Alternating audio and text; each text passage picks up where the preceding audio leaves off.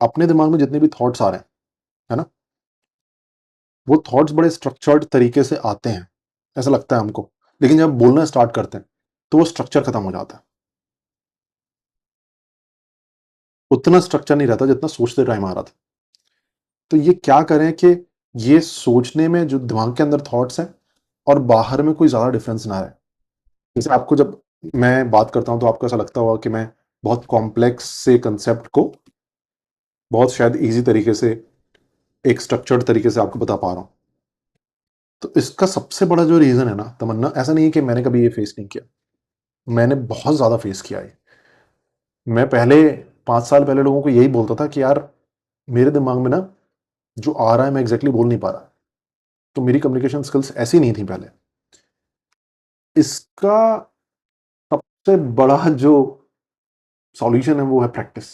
थोड़ा सा boring solution लगता है हमें सुनने में कि यार वही वाली बात बोल दी आपने भी, जो दुनिया बोलती है कि practice makes a man perfect, woman perfect, वही आपने बोल दी यार। कुछ कुछ हमारे वो तो बोलो जिससे हमारा दर्द थोड़ा सा हल्का हो जाए। तो अभी मैं सोचूं तो मेरे दिमाग में यही आ रहा है कि सबसे बड़ा मेरे मुझे जिसने हेल्प किया वो प्रैक्टिस है। क्योंकि एक टाइम पर मैं एक स्टोरी भी नहीं सुना पाता था लोगों को।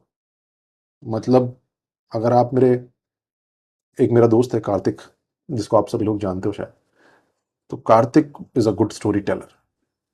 उसके दिमाग में जो स्टोरी बन रही है वो वही बाहर सुना रहा है, और क्या सुनाता है, बहुत बढ़िया। कार्तिक से मुझे याद है मेरा कन्वर्सेशन मैंने 7-8 साल पहले किया होगा। मैंने बोला कार्तिक यार मुझे तुम्हारे जैसा स्टोरी टेलर बनना है। मैं ये भी नहीं पता था लोगों को कि कल सुबह से लेकर शाम तक क्या हुआ था। आज दिन में जो इंसिडेंट हुआ था उस इंसिडेंट को मैं अगर बता रहा हूँ तो वो भी नहीं बता पाता था मैं, इवन तो मेरे दिमाग में बड़ा अच्छे से आ रहा है वो। तो कार्तिक ने मुझे कोई खास इनपुट दिया नहीं था। कार्तिक ने मुझे ये बोला था कि रघुवंशी जब मैं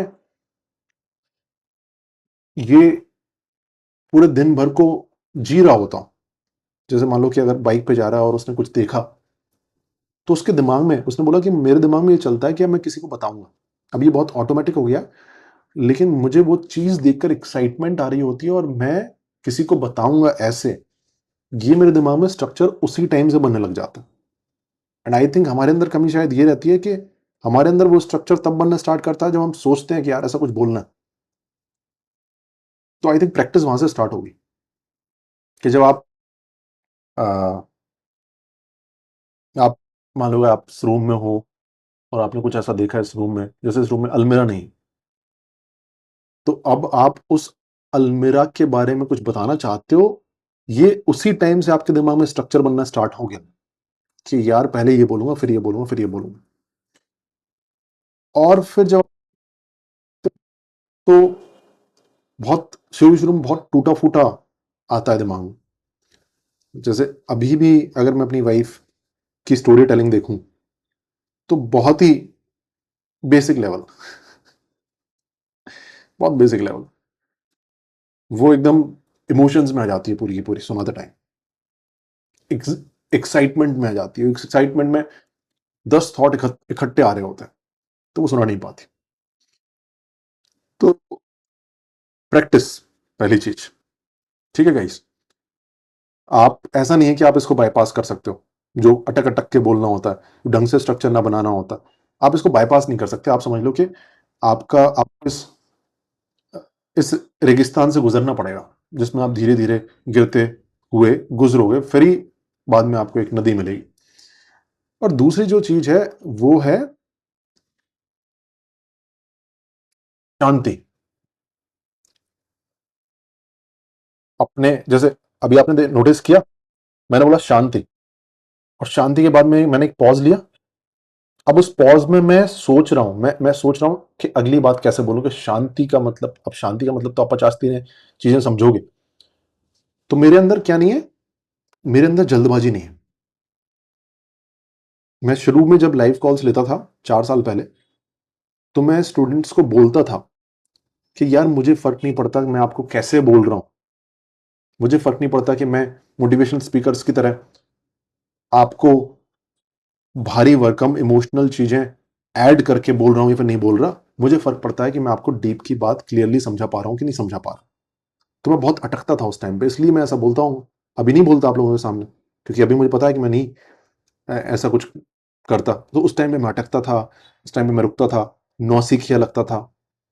तो उस टाइम पर मैं उनको ये सारी बातें बोलता था। तो मैंने भी इस फेज को जिया, आप भी इस फेज को जियोगे। ठीक है, दूसरी चीज के बारे में बात कर रहे थे, शांति। शांति होनी चाहिए, ठहराव होना चाहिए अपने दिमाग में। ज्यादा एक्साइटेड नहीं होना है जब आप कोई चीज बता रहे हो लोगों को, वरना आपका स्ट्रक्चर खत्म हो जाएगा। जैसे ही आप एक्साइटमेंट बहुत आए, आपको ऐसा लगे यही बता दूं यही बता दूं, थोड़ा सा ठहर जाओ। इतना सा टाइम अपने आप को देना है शुरू में कि 4 थॉट्स आए, आप उन चारों थॉट्स को देख पाओ कि ये थॉट है, ये थॉट है, ये थॉट है, ये थॉट है। अगर सामने वाले को समझाना है कोई बात, तो जो पहला जो थॉट है वो क्या आना चाहिए। ठीक है, सो ये दूसरी चीज है, आपके दिमाग का ठहराव ये होना चाहिए। उससे आपके दिमाग में खिचड़ी नहीं पकेगी, थॉट्स की खिचड़ी नहीं पकेगी, तो आप उन थॉट्स को एक स्ट्रक्चर्ड तरीके से आराम से बता सकते हो। ठीक है, ये दूसरी चीज है। और कुछ है क्या? और कुछ, और कुछ क्या हो सकता है? हाँ, तीसरी चीज, you should have the understanding of how people understand things. ठीक है, एक एग्जांपल मैं आपको देता हूं। अगर मैं आपको बॉटल के बारे में कुछ बात कर रहा हूं, जैसे मान लो कि मैंने आपको बोला कि यार मैं ऑफिस में जाता हूं और ऑफिस में मेरे टेबल पे एक बॉटल पड़ी होती है, वो बॉटल देखकर मुझे अच्छा नहीं लगता। मैंने आपको इतनी सी बात बोली, आपके दिमाग में ये आइडिया एब्स्ट्रैक्ट आएगा। एब्स्ट्रैक्ट, आपको लगेगा कि हाँ हाँ कोई बात है, हाँ हाँ, आपने अपने दिमाग में कुछ तो इमेजिन कर लिया, बॉटल भी इमेजिन कर ली कुछ। लेकिन मान लो कि मैं आपको